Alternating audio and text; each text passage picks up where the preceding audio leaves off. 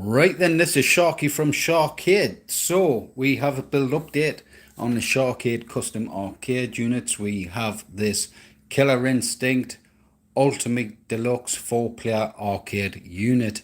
So this is a classic design. I've also done a more modern design of this as well, but the customers went with the classic look.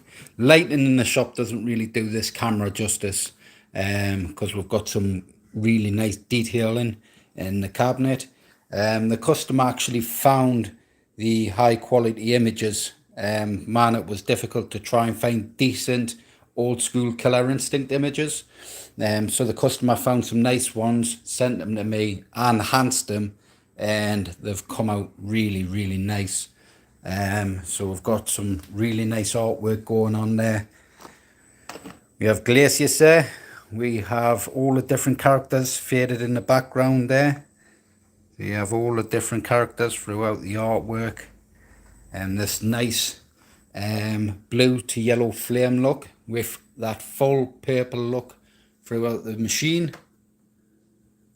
And then we have, is it Spindle, the skeleton? I think it was Spindle on there. So we have full go down the bottom there.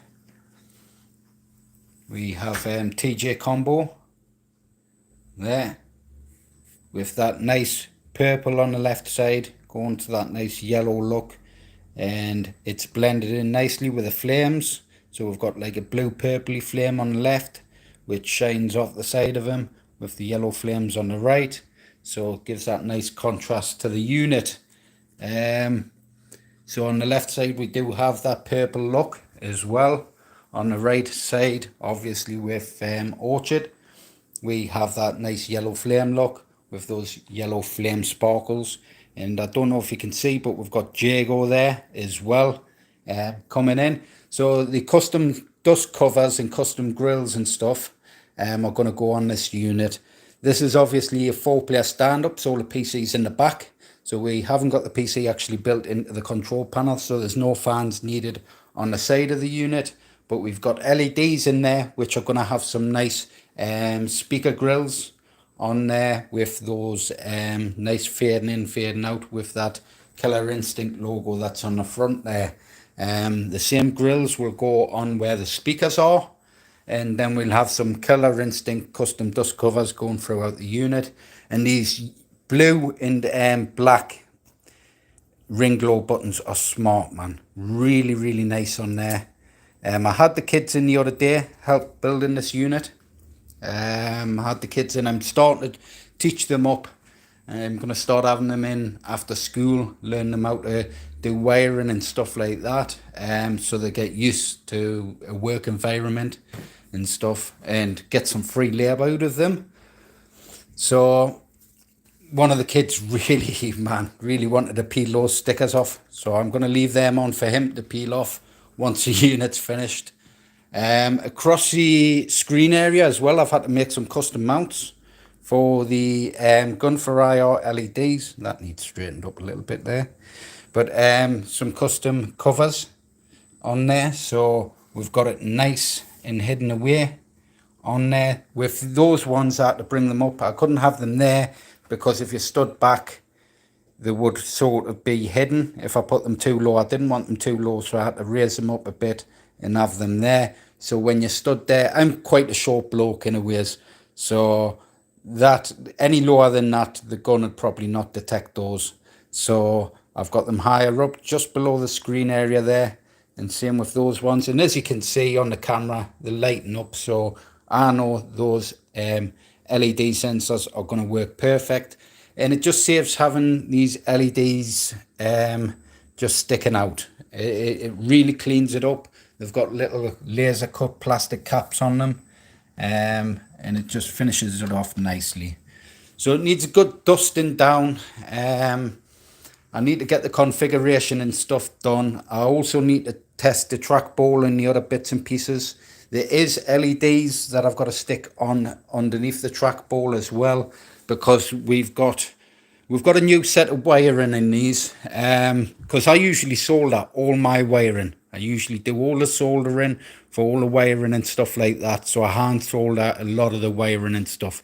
I find it better making my own cables than buying pre-made cables and stuff. But to be honest, with the amount of work that I'm doing, I've found just buying these cables in and connecting them and stuff. There's still some soldering I've got to do on some units, but we have these quick connectors. I'm not a huge fan of them. They're not 100%, but I've go through and do my tests as I'm doing putting them together. It's just a lot quicker than actually sitting down, heating up the solder iron and getting them soldered in.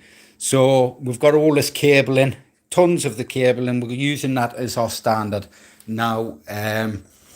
Decent wiring. It's just I prefer, like I say, I prefer to do everything by hand soldered. Then I know everything's working spot on. I know there's no damage in the cables and stuff because I'm testing as I solder and so on. But it just makes life a bit simpler for us, a bit quicker getting the machines done and stuff like that. There's also LEDs. So the LEDs run across the top. They run through the speakers. Then they run down into the control panel. They run to the left hand side here, right the way through to the trackball, right the way through to the right hand side. And then we do have some LED underglow, so once the back's on, that should shine nicely underneath the unit as well. I've tested that as well, and it shines. It's got a nice glow to it once the back's on and the lights are dimmed. You've got a nice glow coming from the bottom of the unit as well. So I added that as an extra for the customer. I just really wanted to see how it popped and shined from underneath the unit. And then obviously we have our auto wiring for our LED buttons all across the control panel for those ring glow buttons. This unit also has a spinner. It has a trackball. It will have 2 gun for IR guns as well, this unit. So the customer's going to be extremely happy with this once it's finished. He loves the design. He's seen some pictures already of the unit. So yeah, stunning looking build, nice classic look. It wasn't easy to get done. Like I say, the images and stuff I had to try and find, the stuff the customer sent to us and that, and then editing each image to look at least decent quality. Obviously he wanted the old school looking graphics on there, and it's just got that nice modern touch without being over the top.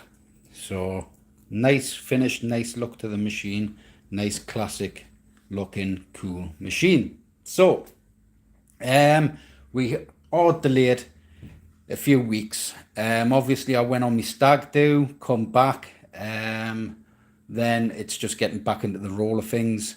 I've got this unit, which the big units do take an extra week to get complete, and I've got another big unit which two of these units are going off to the same customer, so they're holding us up at the moment. Just we're limited to space. So we have a Marvel cabinet which we're hoping to also get finished most of tomorrow, maybe Thursday, everything complete. Then I can get those out the door and get working on the next units I was supposed to start last week. Get started on those, and then I think I may be able to push a few smaller units in between doing some big units as well. I do have another big 4-player stand-up, and there's a few other stand-ups as well to be done. So tons and tons of work in. We are updating the social media Facebook page and the SHAR-KADE page. To be honest, I haven't touched it in about a year or so.